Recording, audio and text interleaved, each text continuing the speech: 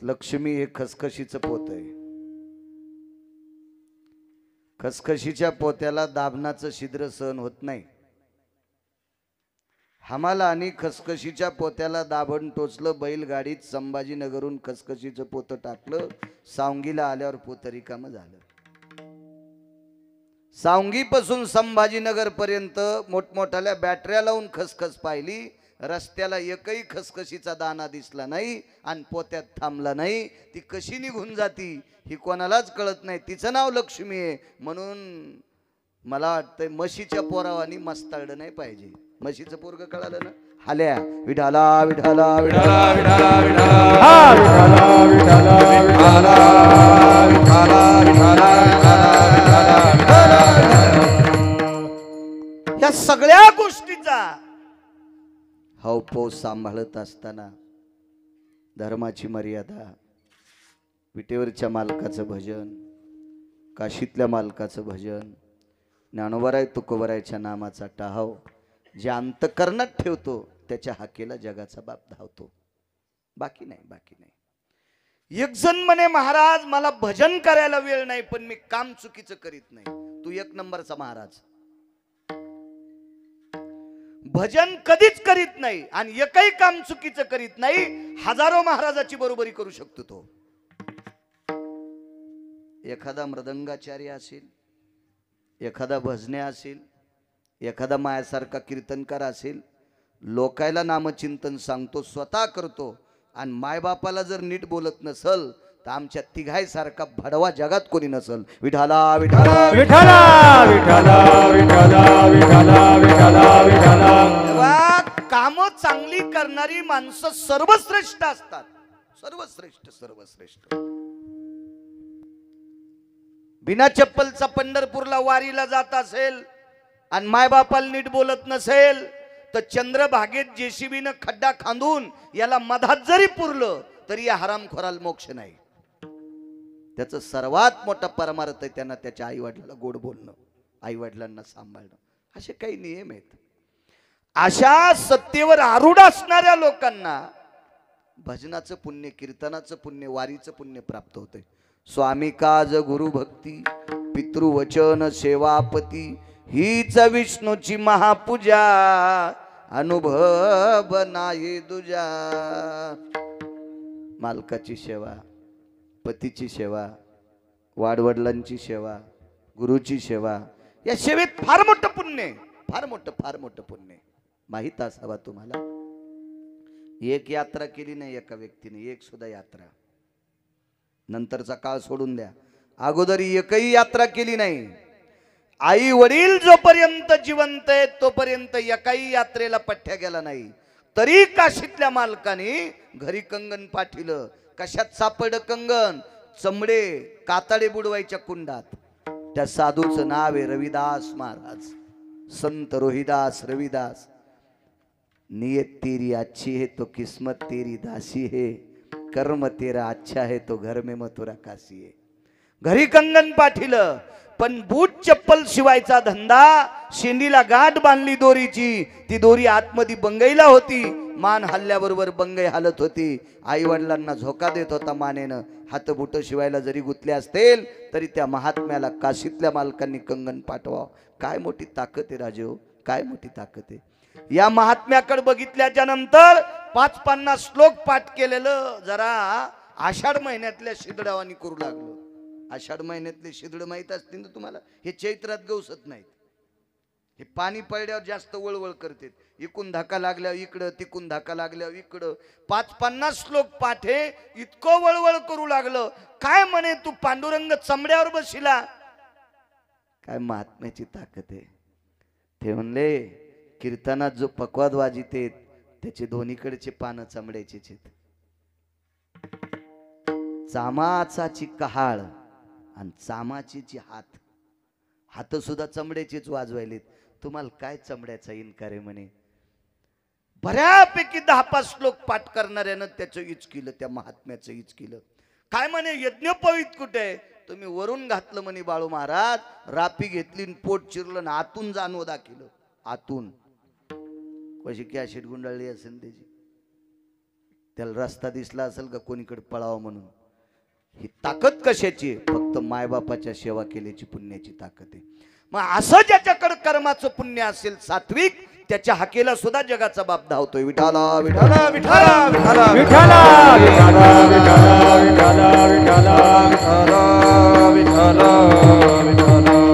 पुराणातले काही प्रसंग तुमच्या पुढे मांडतोय.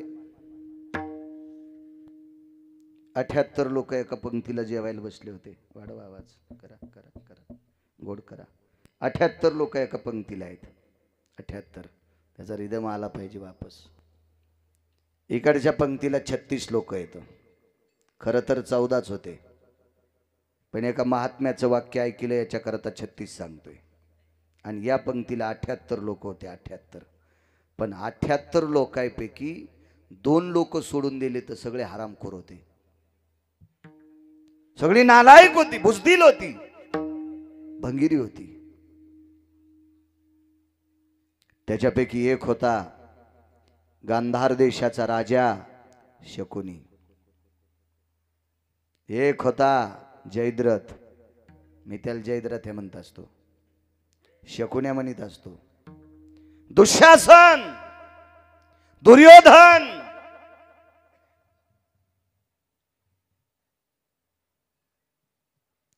या विश्वात वा पृथ्वीवर जेवढे देश आहेत, या सर्व देशापैकी 2 नंबरचा विद्वान ज्याचा पिता आहे, अशा विद्वानाचं नालायक कट्ट सुद्धा त्या पंक्तीला होतं. त्याचं नाव होतं अश्वत्थामा.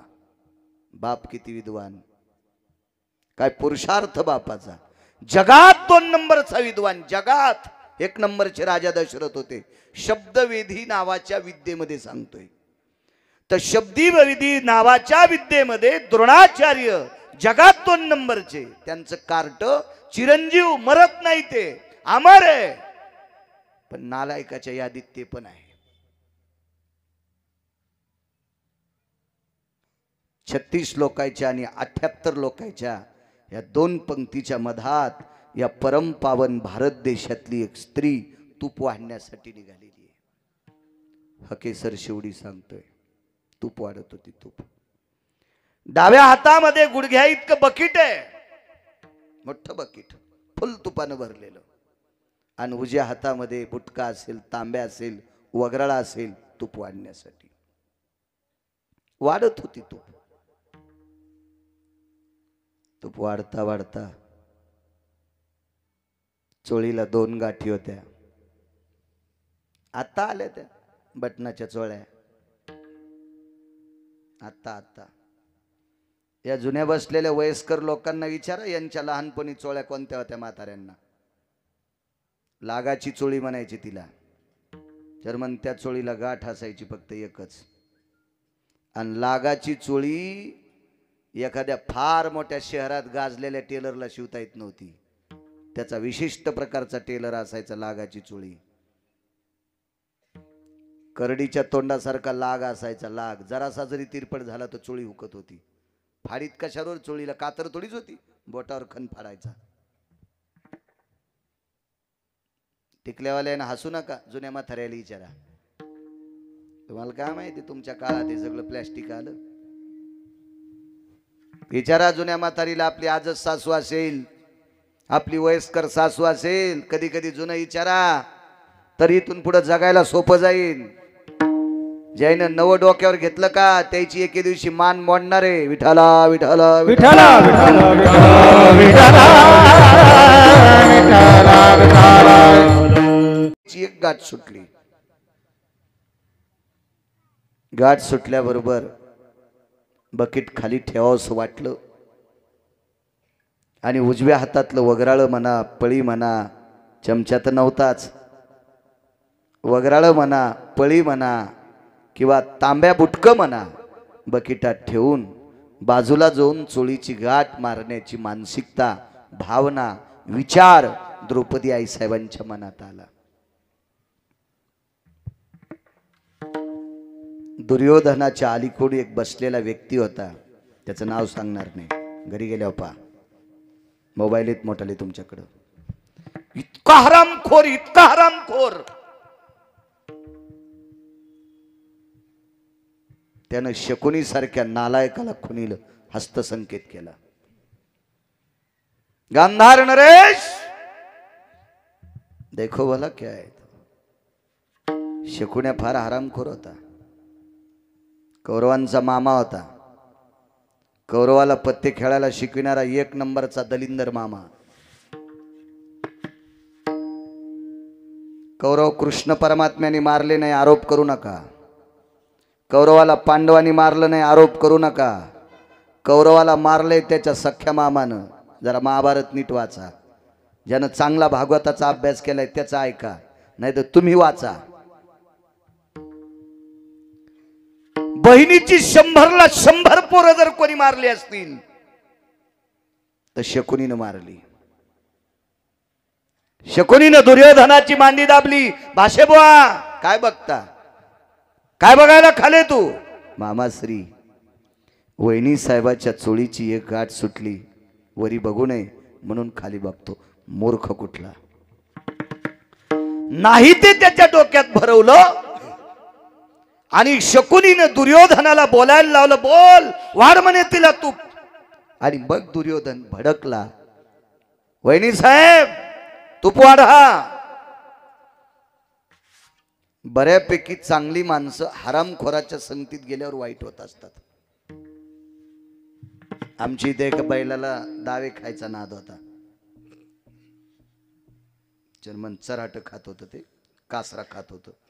संध्याकाळी 12-12:30 वाजता त्याचा कासरा चावून तुकडा करायचं आणि शेजाऱ्याची मक्का खाऊन यायचं.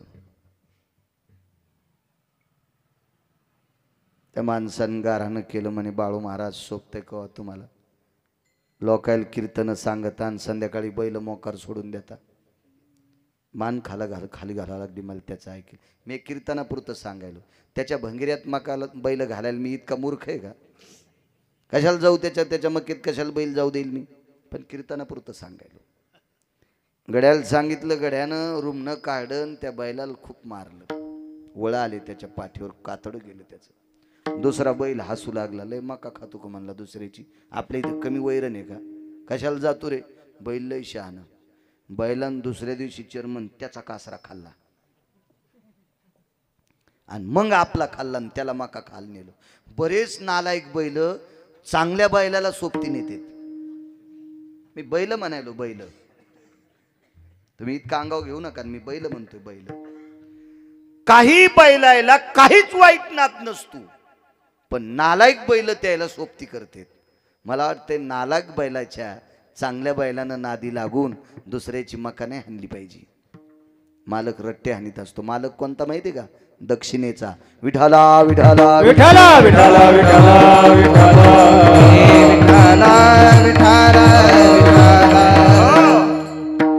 तसा दुर्योधन मुळात वाईट नव्हता महाराज. दुर्योधन ठराविक लोकांच्या संगतीनं नालायक झाला. त्याच्यावर कशाला हात देतो रे. पुढे सरक न, लय तू कंबर मोडी का, सरक पुढं.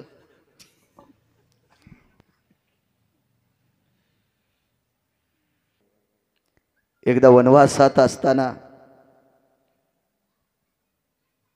पुढचा प्रसंग पुढचा आहे तरी पण सांगतोय. दादा वनवासात असताना 60,000 शिष्य घेऊन एकदा दुर्वास आले.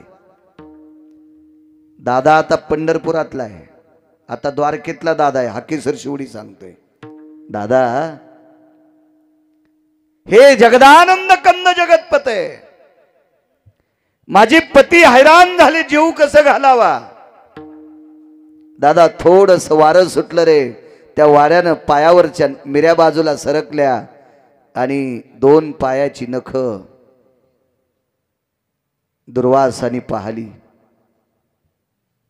तेवढ्या अवकाशात एका पवित्र सात्विक सदाचारी आपल्या पतीवर अतूट प्रेम करणाऱ्या स्त्रीच्या पायाचे बोट पाहिल्याच्या नंतर अन्नपूर्णेला लाजावं लागलं आणि वाहत्या गंगेच्या पात्रामध्ये वाळवंटात स्वयंपाकाचं आयोजन झालं आणि 60,000 मुनी ऋषीसह शिष्यासह दुर्वास ठेवले. म्हणून महाराजांनी एक शब्द खर्चिला, जिचे होता दरुशन मिळे पोट भरी अन्न. दादा अरे माझ्यासारखीचे पाय बघितल्याच्या नंतर 60,000 शिष्यासह दुर्वास होतात. देवा जीवनभर अंग झाकून घेतलं रे. नेहमी सांगत असतो मी, या देशातल्या श्रीमंतांनी पैसा झाकून ठेवला पाहिजे आणि या देशातल्या पवित्र स्त्रीने कपड्याने अंग झाकलं पाहिजे. या दोन गोष्टी पवित्र सांगितल्या भारत देशात. पैसे उघडे ठेवायचेत नाही. ज्याची बायको ज्याचं नाही त्याचा कापूस खुरपायला जाती ती बिचारी गरीब बाई आणि बाजाराच्या दिवशी नालायकाच्या हातात पैसे देती आणि ह्यो डायरीच्या पुढून ठेवतो. दुसऱ्याच्या मोटरसायकलला हात देऊन गाडीवर बसला, ब्रेकरवर मोटरसायकल आदळली, तिथंच 3 नोटा पडल्या. वापस आल्या बायकोनी विचारलं, बाजार नाही आणला? पैसे पडले. कुठं ठुलते? ह्या खिशात. ती म्हणली, बायला मला नाही, त्याला म्हणली. मला कशी म्हणीन? ती म्हणली, बायला अरे म्या लय काम केलं तर रे बायला, जरा आतल्या खिशात फाचे असते रे, वरी ठुत नसते रे. फुगीर सोसायटीचा अध्यक्ष. लोकायला काय नोटा दाखवतो सुंबळ्या? अरे लोकायची तर त्याला माहित नाही, मोजता येईन इतके आहेत त्याच्याकडं. आणि काय तू 3च नोटा दाखवायला 500-500च्या? लय काही कायला नात फुकट कळण शेंडी वळवळ. पळीभर पाणी घेतून समुद्राला आंघोळ घालतो. पैसे झाकलेले असावा, देशाची स्त्री सर्वांग कपडे घातलेले असावा. द्रौपदीचं जीवन गोड होतं. विटेवरच्या मालकाला दुसरा एक वाक्य सांगितलं देवाला, देवा या 78 लोकांपैकी 2 सोडून दिले तर सगळ्यांना शरीर पाहिलं तरी मला दुःख नाही. का? कारण 78 मधले भीष्माचार्य द्रोणाचार्य सोडून दिले तर सगळे नालायक होते. नालायक म्हणजे मूर्ख, मूर्ख म्हणजे पागल, येडा. आणि येड्यानं शरीर झाकलेलं पाहिलं का आणि उघडं पाहिलं का? काय नवलाची गोष्ट आहे. 36 लोकांपैकी सगळे उठून गेले, 5च राहिले होते. 5 पती होते युजीबुवा. आणि नवऱ्यानं शरीर उघडं पाहिलं का आणि झाकलं पाहिलं का? काय लाज आहे? म्हणून देवा इकडे 5 पती आहेत, यांच्याबद्दल दखल नाही. 78 लोकांपैकी फक्त 2च लोकांना माझं शरीर दिसू नये. एक भीष्माचार्य आणि एक द्रोणाचार्य. पहा देवा पहा, बघा प्रयत्न करता आला असेल तर. वरची गाठ चोळीची सुटलेली, दुसरी गाठ सुटणार. तेवढ्या अवकाशात दुर्योधन जोरात बोंबलला, वहिनी! धर्माने भुवया उचलल्या आणि द्रौपदीला खुणवलं, तूप वाढ. द्रौपदीच्या लक्षात आलं आपल्या आबरूची पर्वा पतीला दिसत नाही. इकडे बसलेली सगळी नालायकाचा कळस आहे, हरामखोरपणाचा कळस आहे सगळं. काय करावं? खाली टेकलेलं बकीट हातात घेतलं, वगराळं तुपानं भरलं आणि पात्रावर तूप रिचवीत असताना चोळीची गाठ सुटणार आहे. तेवढ्या अवकाशात डोळ्याने रडली नाही, कारण डोळ्यानं जर रडली असती तरी पण याच्यातल्या नालायकानं सांगितलं असतं, रडत रडत आम्हाला वाढू नकोस, आम्हाला तूप घ्यायचं नाही. अंतकरण रडत होतं त्या बाईचं, अंतकरण रडत होतं. देवा जीवनात तिला इतकं पाप केलं नाही रे. देवा जीवनात इतक्या चारित्र्यात वागले रे. कामाच्यावर असा प्रसंग. अरे वलय मुखातून पडत असताना ओठ थोडेसे फाकले. किती फाकले माहिती? खालच्या आणि वरच्या होटाला इतकी छोटीशी खिंड पडली चर्मन.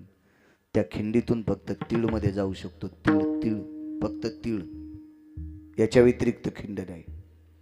तितक्या जागेची संधी पंढरपुरातल्या द्वारकेतल्या मालकाने लक्षात घेतली आणि तिळापेक्षाही सूक्ष्म रूप धारण केलं आणि श्वासातून आत प्रवेश केला. 2 हात पूर्वीची होती. एका हातात तुपाचं बकीट आहे आणि एका हातात तुपाचं वगराळं वाढण्यासाठी वाकलेली गाठ सुटणार. तेवढ्या अवकाशात 2 हात शिल्लक तयार झाली. पूर्ववत हाताने पाप्याला तूप वाढलं आणि हृदयात प्रवेश केलेल्या जगाच्या मालकाने स्वतःची 2 हात तयार केली आणि त्या 2 हातांनी पवित्र द्रौपदीनं चोळीची गाठ मारली. श्रुती पंढरपुरातल्या मालकाला प्रश्न करत होती, हे जगदानंद कंद जगतपते, जिथे 5 पती असताना त्यांना अब्रूची काळजी कळत नाही, या बाजूने बसलेला दुर्योधन धीर आहे आणि मोठ्या भावाची पत्नी ही आई समान असते. मग आई समान असणाऱ्या भाऊजाईचं शरीर उघडं पावा ही धीराला अक्कल नाही.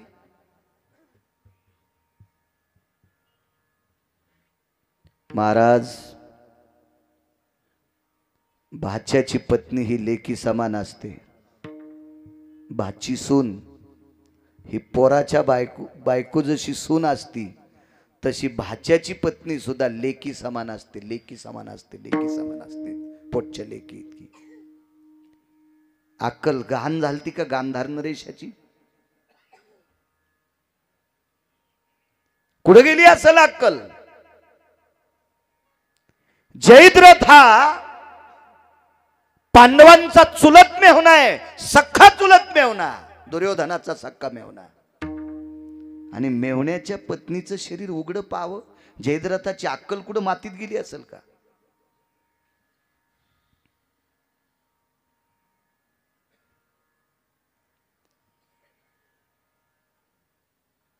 श्रुती विचारत होती देवाला.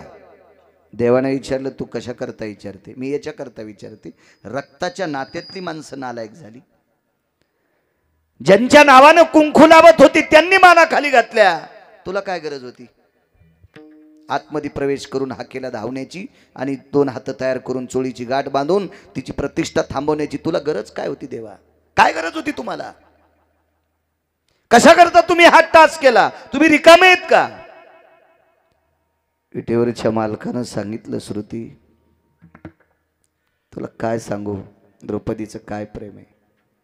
विराट राजाच्या घरी शेण काढत असताना अविरत माझं चिंतन, विराट राजाच्या घरी दळताना सुद्धा माझं चिंतन.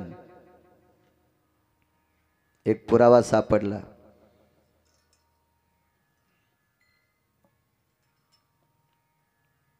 आपण फक्त एकच पुरावा पाहतो. अर्जुन झोपी गेल्याच्या नंतर अर्जुनाच्या अंगावरची रोम कृष्ण कृष्ण म्हणत होती. द्रौपदीनं ज्या वेळेला चोळीची गाठ सुटली त्यावेळेला देवाला एक आठवण करून दिली ती. द्रौपदीचं सकाळी स्नान आटपल्याच्या नंतर द्रौपदी ज्या वेळेला हातात कंगवा घेऊन डोकं विंचरत होती त्यावेळेला कंगव्या वाट डोक्यातून गळालेली केस डोक्याचे एक ने एक केस सापडत होती. कोणाला सापडू देत नव्हती. का? ही गोष्ट धर्माला माहीत होती.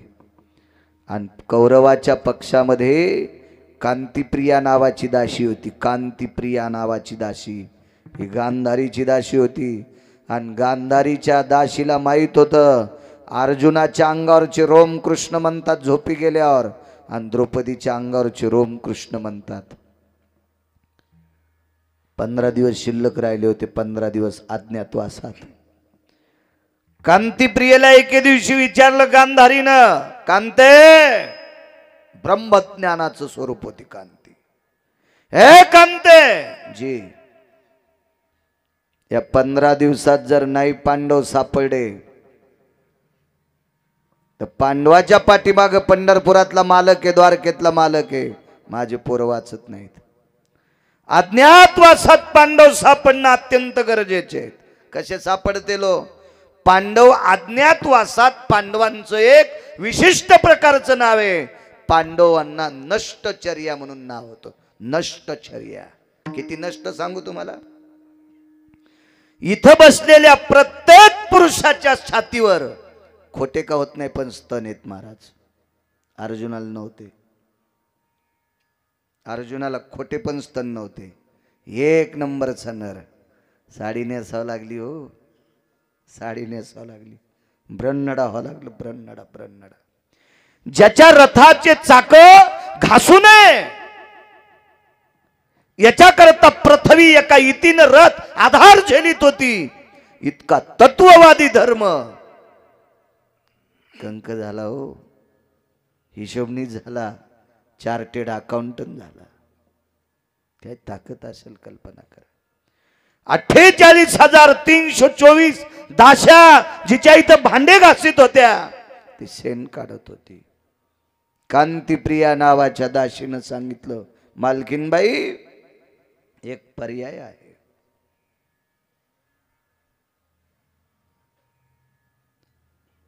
जी जी सात्विक राजे आहेत त्या सात्विक राजाच्या नगरीत पांडव असतील.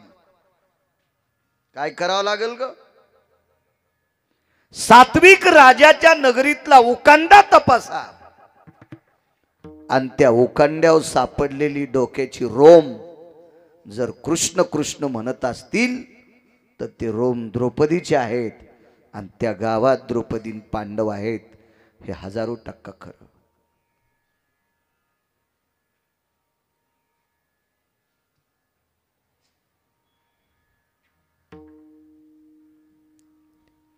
कलियुगामध्ये जनाबाईनं हात लावलेल्या गौऱ्या विठ्ठल विठ्ठल म्हणत होत्या. वैकुंठवासी माधव महाराज मगरांचा पुरावा आहे.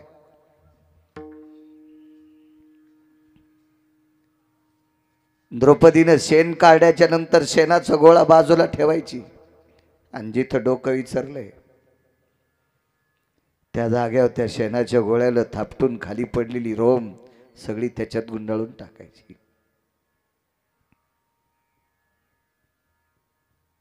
तुळशीच्या बाजूला एक शेकोटी असायची, त्या शेकोटीत त्या शेणाची गोळी वाळलेली टाकून द्यायची. धुरातून कृष्ण कृष्ण नाव येत होतं.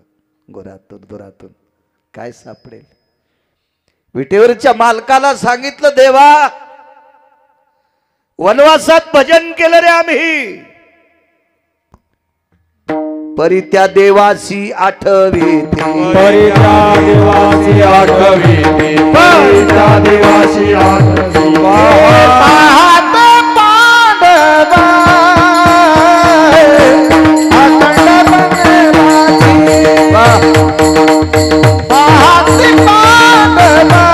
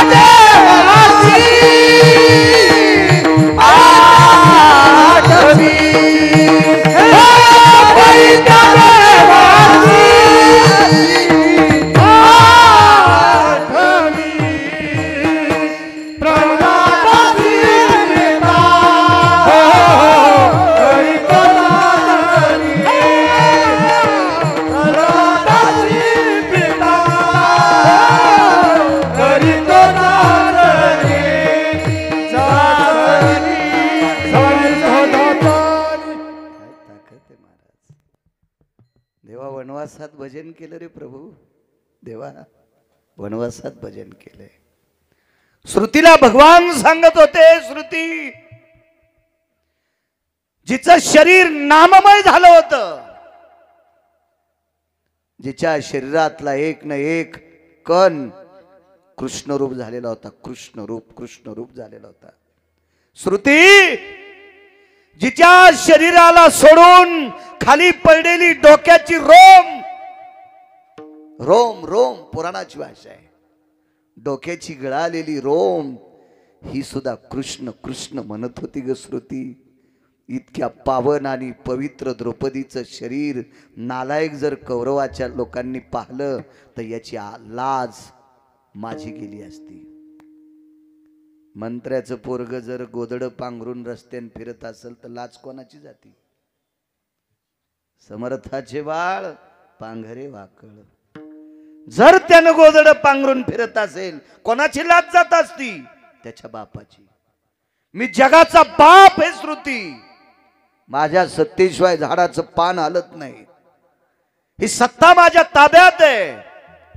सख्या बहिणीपेक्षा माझ्यावर अतूट प्रेम करणारी द्रौपदी. सामान्य प्रेम असेल का द्रौपदीचं? कपाळावर कुंकू असल्यावर पदराकून नाटी फाडीत नसते. आणि पदराकून नाटी फाडायची दशी एक प्रसंग असतो, तो माझ्या महाराष्ट्रातल्या भारतातल्या स्त्रीला येऊ नये. मालक गेल्याच्या नंतर 13व्या दिवशी भाऊ नाटी आणीत असतो. नियमानं त्याची दशी फाडावं लागती, तसं नेसता येत नाही. ज्या वेळेला भगवंताचं बोट कापल्याचं निमित्त केलं, द्रौपदी सुभद्रेनं एकही बांधली नाही. द्रौपदीनं पाहिल्याबरोबर हातात बोट दाबलं, मधातून चिंधी आणते, लक्षात घेतलं. बोट सोडल्याच्या नंतर महालात जाऊन महालातून वापस येईपर्यंत हाताचं रक्त किती जाईल त्याच्यापेक्षा डाव्या हाताने तसाच बोट दाबलं, उजव्या हाताने पदर बगलात दाबला आणि कोपरा फाडणार उद्धवासारख्याने आवाज दिला, ताई. काय उद्धव दादा? ताई. कपाळावर कुंकू असल्याच्या नंतर पदराकून नाटी फाडत नसते. द्रौपदीनं बोट हातात दाबलेलं आहे, पदराचा दुमाला बगलात दाबलेला आहे आणि उजव्या हातानं कोपरा फाडत होती. तेवढ्या अवकाशात उद्धव ओरसला आणि सांगितलं, ताई, पदराकडनं नाटी कपाळावर कुंकू असल्याच्या नंतर पातळ फाडत नसते. उद्धवाकडनं पाहता खाली पाहिला आणि तोंडातून आवाज पडला, उद्धव दादा, कपाळावर कुंकू असल्याच्या नंतर पदराकून नाटी फाडीत नसते याचं मला ज्ञान आहे, पण नाटी त्याच्यासाठी फाडायले. ह्या कपाळावर कुंकू किती दिवस ठेवायचंय हे त्याच्या हातात आहे. ह्या कपाळावर कुंकू किती दिवस ठेवायचंय आणि कोण्या दिवशी कपाळ पांढरं करायचंय हे ज्याच्या हातात आहे त्याला जगाचा बाप म्हणते रे उद्धव दादा. त्याच्यासाठी चिंधी फाडते. हे 2-3 प्रसंग ज्या वेळेला श्रुतीला सांगितले त्यावेळेला श्रुती धाय मोकलून रडत होती. आणि मग भगवंतानं सांगितलं, श्रुती, याच्या करता मी अशा निष्ठावंत भक्तांच्या हाकेला धावतो. म्हणून मालक पहिल्या कडव्यात म्हणतात, आखे सरसी ओडी, हाके सरसी ओडी, हाके सरसी ओडी, हाके सरसी ओडी, हाके सरसी ओडी, हाके सरसी ओडी, हाके सरसी ओडी, हाके सरसी ओडी, हाके सरसी ओडी, हाके सरसी ओडी, हाके सरसी ओडी, हाके सरसी ओडी,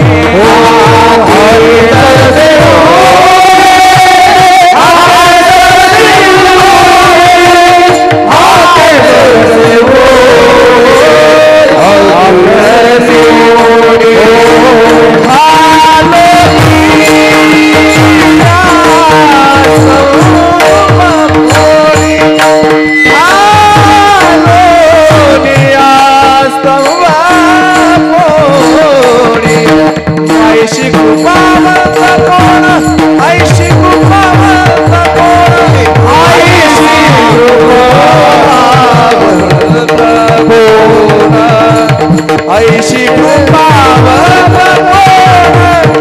कृपा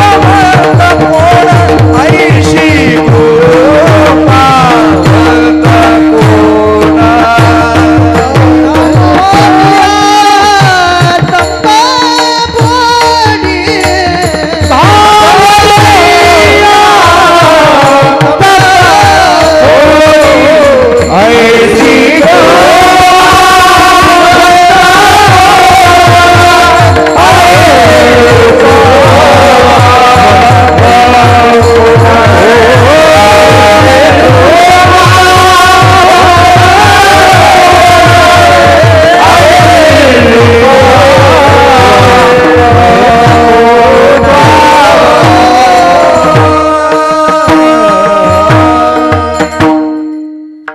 द्रौपदीचा अधिकार गोड होता. द्वापार युगामध्ये 78 हाका आल्या. 78. अजून काही 5-7 हाका येतात. मी तिथपर्यंत पोचलो नाही वाचायला. मी 78 हक्क पाहिले. पण ती हाका मारणारी सुद्धा तितक्या विटेवरच्या मालकावर तितक्या श्रद्धेनं प्रेम करणारी लायक संपन्न लोक होती. त्याच्याकरता त्यांच्या हाकेला धावलाय. भक्तांनी देवाला हाक मारत असताना त्याचा फक्त भाव पाहतो. त्याची श्रीमंती पाहत नाही, त्याचा बंगला पाहत नाही, त्याचं पद पाहत नाही, त्याची जात पाहत नाही, उन्हाळा हिवाळा पावसाळा ऋतू पाहत नाही, सकाळ संध्याकाळ पाहत नाही, जंगलात हे का कुठेही पाहत नाही. स्थानाचं महात्म्य नाही, कालाचा भेद नाही, जातीचा संबंध नाही, श्रीमंतीचा संबंध नाही, स्त्री पुरुष पशु पक्षी आहे याचाही संबंध नाही. फक्त त्याचा भाव पाहिजे, त्याचं तितकं वजनदार काम. अंतरीची घेतो गोडी बाहे बोलडी बाबाची बाहे बोलडी बाबाची बाहे बोलडी बाबाची अंतरीची घेतो मारे जोड बाबाची भर बाहे बोलडी बाबाची बाहे बोलडी बाबा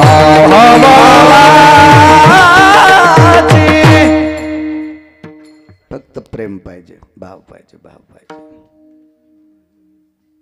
असू द्या, आजच्या दिवस दाखवा. अर्धा तास राहिला, कशाला ताण घ्यायचा. एकदा मूर्खाच्या यादीत गेल्यामुळे शहाणी सुद्धा मूर्ख होत असतात. मगाशी नाव घेतलं अश्वत्थाम्याचं. अश्वत्थामा इतका मूर्ख झाला, इतका मूर्ख झाला वैचारिक पातळीने. त्याचा मूर्खपणा टोकाला गेला आणि अश्वत्थाम्याने 5 लेकरं द्रौपदीची झोपीत कापली. किती मोठं पाप असेल. निष्पाप लेकरं चर्मन, निष्पाप लेकरं झोपीत कापली. आणि या पांडवांच्या कुळातला एक मानवी शुंह होता, कुलदीपक. मानवी शुंह, माणसातला शुंह. त्याचं नाव आपला अभिमन्यू. द्रोणाचार्यांच्या चक्रव्यूहाच्या प्रसंगात, युद्ध प्रसंगात तो मृत्यू पावला. एकांतात द्रौपदीने मीटिंग घेतली. काय ताकद हो लोकांची आहे. काय अधिकारी मावल्या होत्या भारतात, काय प्रभावशाली मावल्यात. विटेवरच्या मालकाला जवळ बसवलं आणि जॉब विचारला, हे जगदानंद कंदपते कशाकरता युद्ध केलंस रे? याच्याकरता. देवा, माझ्या पतीला युद्ध करायला तू लावलंस, याच्याकरता माझी 5 पोरं मेली. देवा, माझ्या पतीला युद्ध करायला लावलंस, याच्यापेक्षा एक शुह मेलाय. अभिमन्यू गेला रे दादा. काय गरज होती युद्ध करायची? अरे, कौरव सुईच्या हानीवर बसेल इतकी माती देणार नाहीत, हे आम्हाला ठाम माहीत झालतं. आम्ही लोकांची भांडी घासून खाल्लं असतं रे. तुझं नाव घेऊन मधुकरी मागून खाल्ली असती रे. कशाला दे तू राज्य? आता कौरव मारशिले आम्हाला माहित आहे, पांडवाला गादी देशिले माहित आहे. पण पांडव गादीवर बसल्याच्या नंतर पांडवाच्या पश्चात ही गादी कोणाच्या हवली करायची रे? हाकेसर शिवडी उदाहरण क्रमांक 2 सांगतोय. पुढचा प्रसंग आहे. कोणाला द्यायची गादी? विटेवरच्या मालकानं सांगितलं, ताई, युद्ध तुम्हा दोघांसाठी केलंय. कोण दोघं? एक तू, दुसरे भीम. देवा, माझा आणि युद्धाचा काय संबंध? ऐक ताई, ज्या दिवशी दुर्योधनाने दुःशासनाला पाठवून तुझे केस धरून ओढीत आणलं होतं आणि त्यानं मांडीवर बसवलं, त्या दिवशी तू पण केलतास. या मांडीचं रक्त ज्या दिवशी डोक्याला लावीन त्या दिवशी ये निघालीन. ताई, युद्ध जर केलं नसतं तर दुर्योधनाची मांडी फुटत नव्हती, आणि दुर्योधनाची मांडी फुटली नसती तर तू जोपर्यंत जिवंत आहेस तोपर्यंत तुझे केस मोकळे राहिले असते. आणि बाईचे केस फक्त ठराविक वेळेला मोकळे असावा. बाईनं कधीही मोकळे केस ठेवायचे नाही. कोण्या या संस्कृतीतल्या. बाकीच्या इचकायची आपली काय लायकी, आपली पात्रता नाही, आपली योग्यता नाही, आपलं ते ज्ञान नाही, आणि हा संप्रदाय सांगत नाही. बाकीच्याहून काय गरज आहे. पण या भारतीय संस्कृतीतल्या, सनातन संस्कृतीतल्या, वारकरी संप्रदायातल्या अनुयायी स्त्रीनं ठराविक वेळेला केस मोकळे असावा. नवरात्रीत आपण जगदंबा उत्सव साजरा करतो. तर नवरात्रीमध्ये काही लोक त्या जगदंबेला, त्या प्रतिमेला मोकळे केस सोडते. चुकीची प्रणाली आहे. जगदंबा केस मोकळे कधी सोडित होती माहितीये का? हरामखोराला हाणताना. युद्ध करत असताना जगदंबेचे केस मोकळे असावा. एरवी जगदंबेचे केस कधीच मोकळे नसावे. वज्रेश्वरी, कामेश्वरी, प्राणेश्वरी, विमला, कमला, दुर्गा, पुराणातली नाव आहेत. कधी नाही मोकळे ठेवले केस, फक्त युद्ध करताना. या भारतीय संस्कृतीतल्या पवित्र स्त्रीचे केस 4 दिवस मोकळे असावा. रजस्वाला असताना कुंकाच्या करंड्याला हात लावायचा नाही. आरसा एखाद्या अडचणीत असतो तिथं शिवायचं नाही, म्हणून मोकळे असावा. अजून 4 प्रसंगातला एक प्रसंग सांगतो. आपल्याकडे संस्कृतीमध्ये भावकीतला माणूस जर गेला तर 10व्या दिवशी सुतक फेडायला एका विशिष्ट प्रकारच्या नदीवर किंवा गंगेवर जात असतात. आणि तिथं सुतक फेडलं त्या दिवशी घरापर्यंत येईस तर केस मोकळे असले तरी चालते. एरवी केस मोकळे ठेवायचे नाही. अजून 2 ठिकाणी मोकळे ठेवतेत, पण त्याला पुराणात आधार नाही. अंगात आल्यावर पण त्याला पुराणाचा आधार नाही, शास्त्राचा आधार नाही, वेदाचा आधार नाही, ऋषीमुनींचा आधार नाही. तिथे केस मोकळे सोडतात. का सोडत असताल देव जाणे बाबा. पण स्त्रीने केस मोकळे सोडू नये. ताई, तू तर पण केलता ज्या दिवशी रक्त मांडोक्याला लाईन, आंघोळ करीन नाहीन, त्या दिवशी केस बांधीन. याच्याकरता युद्ध करावं लागलं. आणि भीमाने एक पण केलता. ज्या मांडीवर माझी धर्मपत्नी बसली ती मांडी एके दिवशी फोडणार आणि त्या मांडीचं रक्त घाटा घाटा प्याणार, असं म्हणलं असेल का भीम? भागवतकारांनी वाचून सांगितलं पाहिजे. कॅशेट उघडल्यावानी नाही केलं पाहिजे. कारण पांडव माळकरी होते आणि माळकरी माणसं हरामखोराचं रक्त कसं पेतील? भीमाचा पण होता. यती जन्नू जंघा ललाट प्रपटले शिमतील कोती जायते.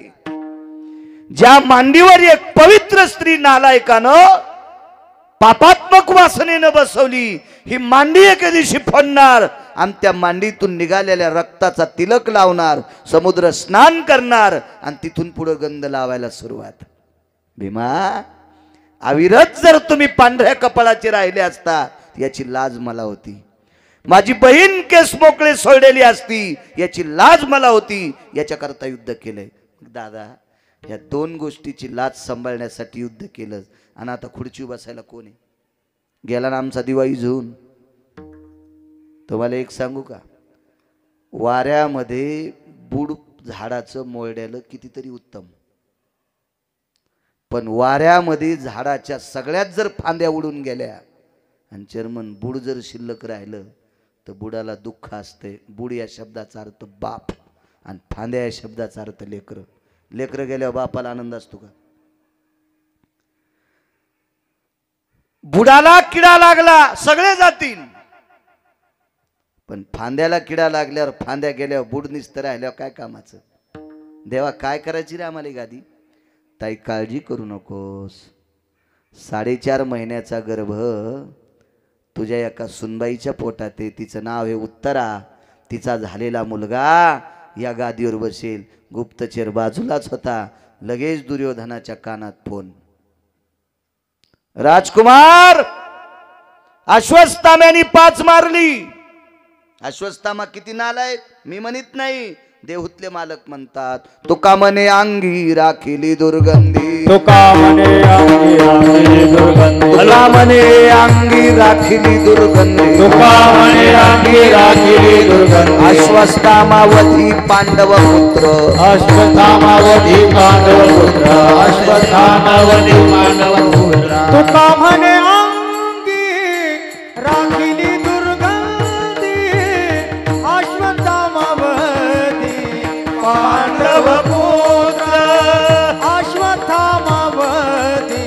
पांडव पुत्र तुका म्हणे अंगी राखिली दुर्गंधी अश्वत्थामावधी पांडव पुत्र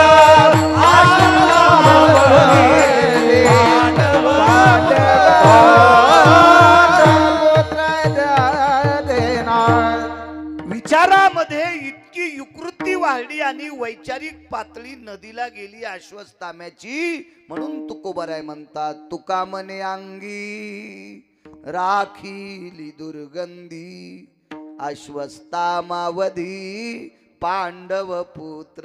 देऊतले मालक सांगतात. आणि या अश्वत्थाम्याच्या कानावर दुर्योधनानं सांगितलं मित्रा भीष्माचार्यांच्या युद्ध हस्त कौशल्यात मृत्यू पावला. तो 5 मारलेस, 1 जिवंत आहे. आणि ह्या नालायक अश्वत्थाम्याने उत्तरेच्या अंगावर ब्रह्मास्त्र टाकलं. उत्तरेच्या अंगावर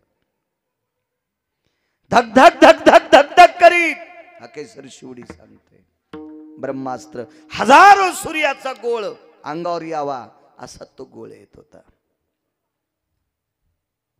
उत्तरा किती हुशार होती माहिती आहे. उत्तरा ही अर्जुनाची सून आहे. महाभारतातल्या 4 मानवी सिंहाची एकापैकी एका सिंहाची पत्नी आहे. अभिमन्यूची पत्नी आहे.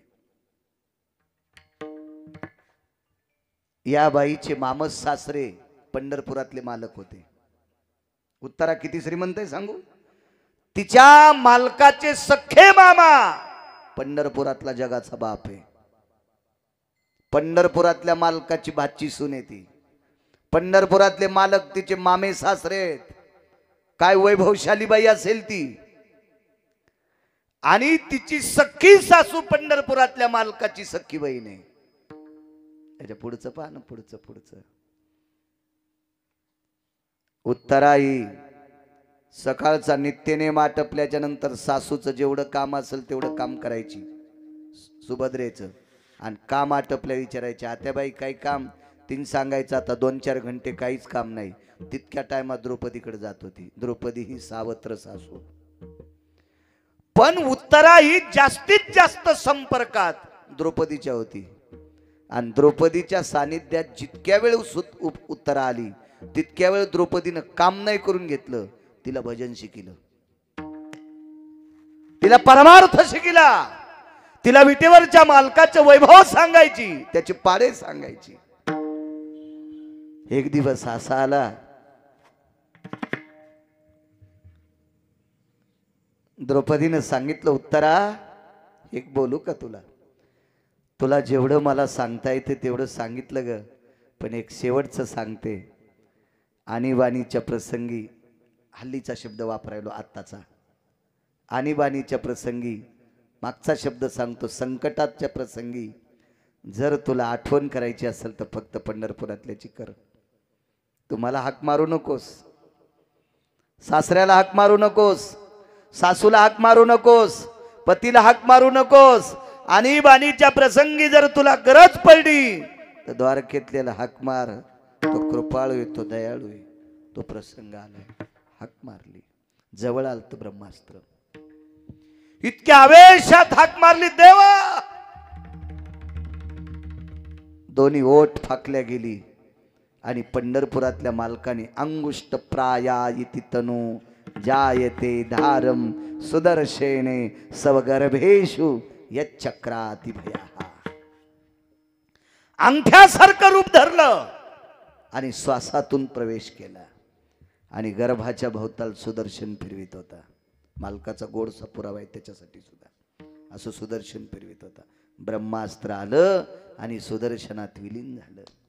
राजे हो, कृतात्रेता युगात ब्रह्मास्त्र सोडलं होतं, ती ब्रह्मवरदानयुक्त शक्ती सोडली होती. ही शक्ती धरण्यासाठी मारुतीराय परेशान होते. विश्वातला एक नंबरचा संन्याशी बेजार आहे. मारुतीरायाची फार सुंदर मूर्ती आहे. चर्मन मंदिर तुम्ही गावकरी मंडळी इतकं सुंदर करता. 1,01,00,000चं मंदिर बांधकामासाठी एका फार काळ्या पाषाणाचं, या पाषाणाला हजारो वर्ष आयुष्य असते. रयतेचे राजा छत्रपती शिवाजी महाराजांनी गड किल्ल्याला जो दगड वापरला, छत्रपतींच्या बुजुर्गांनी पूर्वजांनी जो दगड वापरला, तोच काळा पाषाण या पवित्र मारुतीरायाच्या मंदिराला तुम्ही वापरता. याला लाखो वर्ष आयुष्य असते. या दगडाला याला कोणी काही करू शकत नाही. अशा भव्य दिव्य सुंदरशा नूतन वास्तूमध्ये आता बऱ्यापैकी पेटी काम, याला तिथपर्यंत गेलं म्हणजे पेटी काम झालं असं म्हणतात मंदिरावाले. आणि फार सुंदर असं मंदिर तुम्ही करता मारुतीरायाचं. अशा एका पवित्र संन्याशाला सुद्धा ही ब्रह्मशक्ती पकडण्यासाठी फार, रामायण वाचा लक्षात येईल तुम्हाला, फार मोठे कष्ट झालते. आणि हे ब्रह्म अस्त्र एका सेकंदात सुदर्शनात विलीन झालं. इथेही प्रश्न केला. श्रुतीने विचारलं, देवा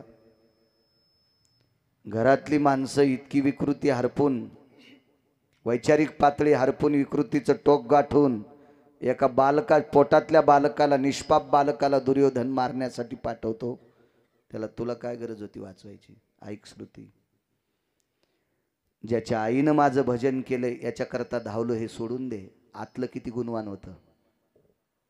जे 4.5 महिन्याचं होतं का पोटात, ते किती गुणवान होतं, किती गुणवान. ऐका, देवानं त्याचा सांभाळ केल्याच्या नंतर 9 महिने 9 दिवस झाल्यावर त्याचा जन्म झाला. आणि जन्म झाल्यावर उत्तरेनं भागवत पहा, आणि मग उत्तरेनं प्रभूच्या मांडीवर दिलं. त्यावेळेला ते जिभेच्या चुटक्या वाजित होतं, चुटक्या वाजित होतं, चुटक्या. तर उत्तरेनं देवाला प्रश्न केला, देवा मी आई असून माझ्याकडे चुटक्या वाजत नाही जिभेच्या. 42 दिवस वय होतं, फक्त 42 दिवस, 41 ते 42 दिवस. आणि एवढ्या वयाचं लेकरू तुम्हाला बघून कस काय चुटक्या वाजित? भगवंत हसले आणि सांगितलं, उत्तरे मला ओळखिलंय त्यानं, माझी त्यानं परीक्षा केली, म्हणून तर त्याचं नाव परीक्षिती ठेवण्यात आलं. गर्भाम दर्शयामी रक्षंती भयास्थितो बाह्या परीक्षा स्थितवंते इति नाम परीक्षिती. मला सांभाळणारा हाच जगाचा बाप आहे, त्याची बाहेर आल्यावर परीक्षा केली, म्हणून त्याचं नाव ठेवलं राजाधिराज परीक्षिती महाराज. श्रुतीला सांगितलं, श्रुती याच्या आईनं माझ्यावर किती प्रेम केलंय, माझं किती भजन केलंय, तिचा जीव सांभाळण्याकरता धावलोय, इतकं सोडून दे. हे पोटातलं निष्पाप इतभर लेकरू सुद्धा माझ्यावर इतकं प्रेम करते, याच्याकरता हाक मारल्याकरता मी धावतोय. म्हणून मालक पहिल्या कडव्यात म्हणतो, हाके सरसी उडी, हाके सरसी उडी, हाके सरसी उडी,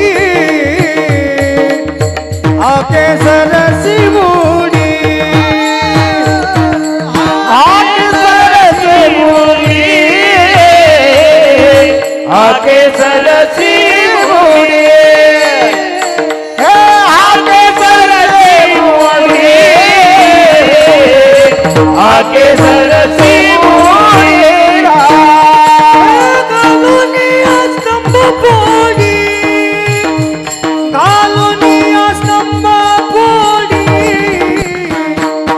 ऐसी कृपा म्हणता कोण, ऐसी कृपा म्हणता कोण, ऐसी कृपा म्हणता कोण, ऐसी कृपा म्हणता कोण. घालुनिया स्तंभ पोडी, घालुनिया स्तंभ पोडी, ऐसी कृपा म्हणता कोण, ऐसी कृपा म्हणता कोण, ऐसी कृपा म्हणता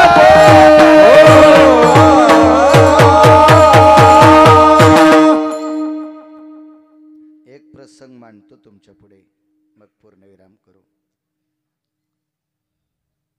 तसा 7 मिनिटात आपला ठरलेला टाइम संपतो. 10-5 मिनिटं पुढे गेलं तर काय मग मीटर जळायलं आणि तुम्ही बसले तर तुमचं काय जळायलं. हे तरी भंगिरी कोपऱ्या कापऱ्याला मोबाईल इचकीत बसलेत ना गाऱ्या गुऱ्याचे. काय त्याच्या घरी काय काय लय सोन्यास थोडाच पाऊस पडणार आहे ना. आपल्या इथं कुठं धुपन घुसणार आहे चेअरमन. चिंतन देवाचं नामचिंतन करायला आपण. काही काहीच्या हाकेची ताकद किती मोठी असते लक्षात घ्या.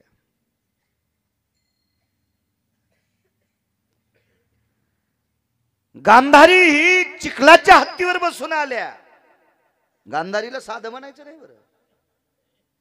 गांधारी फार अधिकारी स्त्रियांच्या यादीत आहे. गांधारी सामान्य का गांधारी. गांधारीनं चेअरमन शाप द्याल्यावर पंढरपुरातले सगळे पंढरपुरातल्या मालकाचे पोरं मेले. एकच वाचलं फक्त एकच. त्याचं नाव होतं वज्र. बाकी छट मेले. 56 कोटी यादव मेले. देवाचे पोरं मरते जिच्या शब्दात. तिचा शब्द साधा असेल का. ती काय दुसऱ्याच्या गोठ्यातलं शेण चोरणारी होती का दुसऱ्याच्या तुरीच्या शेंगावर पिणारी होती. कोण होती गांधारी. विश्व जगात मालक पाहत नाहीत दिसत नाहीत याच्याकरता जग पाहिलं नाही. सामान्य होती का गांधारी. पंढरपुरातल्या मालकांनी तिचे पोरं मारण्यासाठी दुर्योधनाच्या कमरेला फुलाचा हार गुंडाळला. कोण भेटलं होतं रे वाटात. सुदामा नावाचा माळी होता. गांधारी म्हणली सुदामा नावाचा माळी नव्हता. द्वारकेतलं काळ होतं. त्यानं केला आगावपणा आणि शाप द्याला. मै काय मारतो तो एकही वाचणार नाही. मैरेक नावाची दारू पिऊन मेले. आताच्या दारूला काय म्हणते आपल्याला काय माहित नाही. पण हिला मैरेक नावाची मदिरा म्हणत होते. आपल्याला काही संबंधच येत नाही त्या दुकानाचा. त्याच्यामुळे नाव कशाला पाठ करायची. मद्यानाम मैरेक. खालीवरी झाल्यावर स्वर जातो बघा. असं होतं एकदा. तुमची पण बेजारी झाली. विठाला विठाला विठाला विठाला विठाला विठाला विठाला. तुमच्यासारख्याची बेजारी तर आम्हाला तर काहीच अक्कल नाही स्वराची. नाही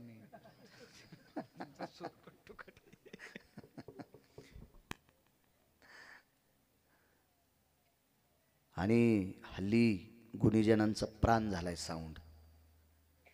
शाहीच्या पानाला आवाज दिला की असं गोडवा असं मस्त छानसं वाटतं. चांगले वस्तू वगैरे सगळ्या ओरिजिनल आहेत त्यांच्याकडे सुद्धा चांगले छान.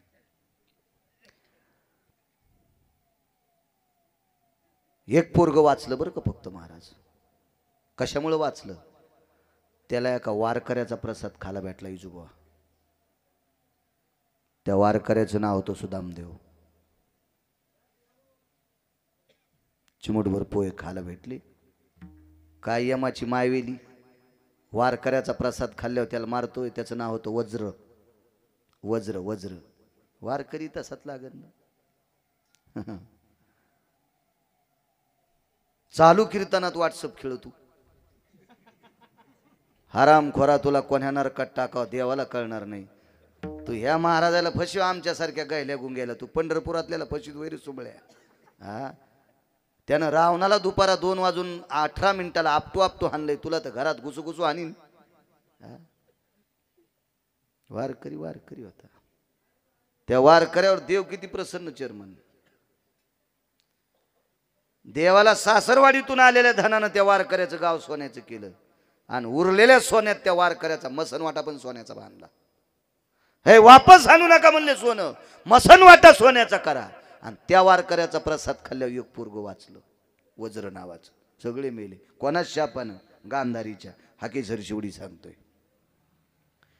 या गांधारीच्या 100 कार्ट्याने चिखलाचा हत्ती तयार केला. त्याच्यावर बसून बाई वाण द्यायला गेली.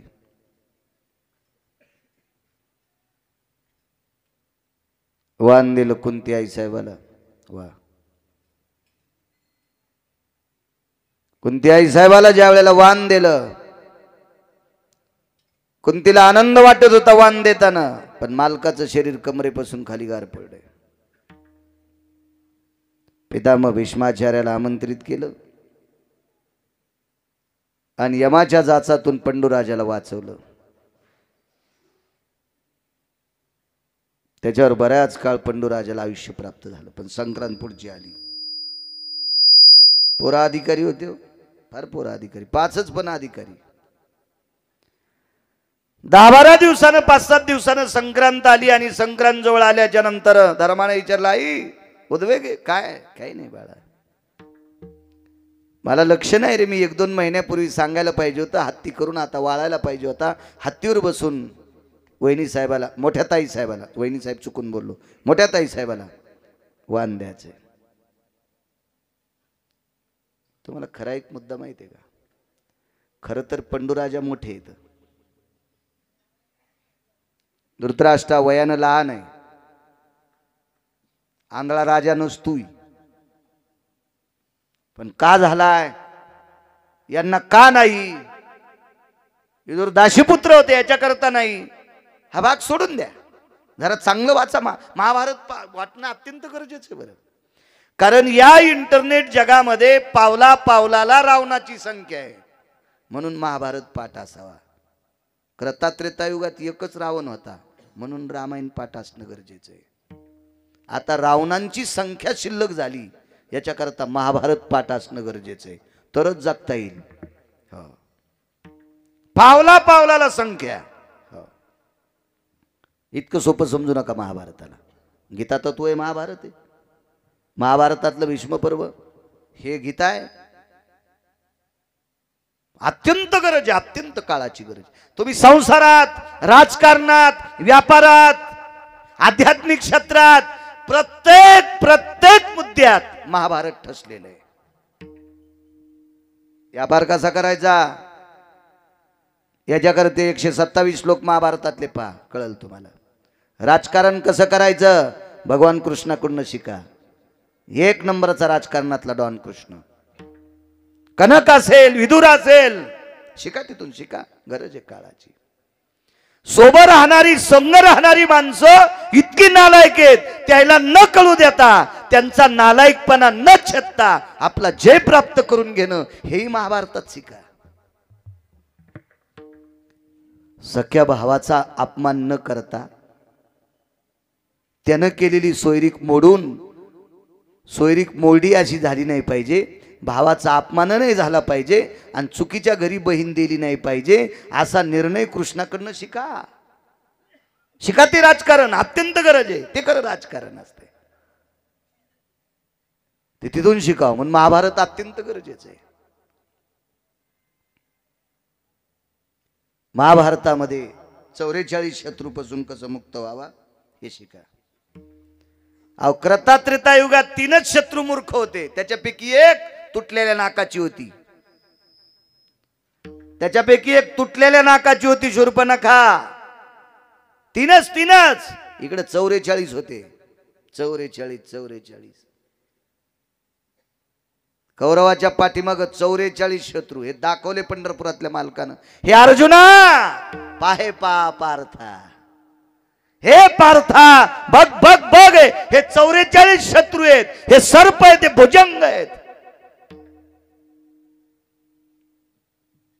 हार्डवेअर शब्द होता आपल्याकडे. हार्डवेअर त्याचं कट्टर वैर आहे रे. त्याचं हार्डवेअर आहे. हे कुठून तयार झालं माहितीये? महाभारतापासून. जरासंध नावाचा नालायक राजा हा मथुरेच्या राजाचा सासरा होता. त्या राजाचं नाव होतं कंस. या जरासंधाच्या 2 वाटुळी म्हणजे पोट्ट्या नालायक होत्या. त्या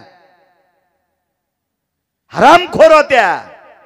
नवऱ्याच्या कानात सांगून सासू सासऱ्याला अंधार कोठडीत टाकलं होतं. इतक्या नालायक होत्या.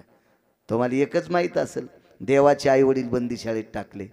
कंसानं स्वतःचे मायबाप सुद्धा अंधार कोठडीत टाकले होते, नालायक बायकायचं ऐकून.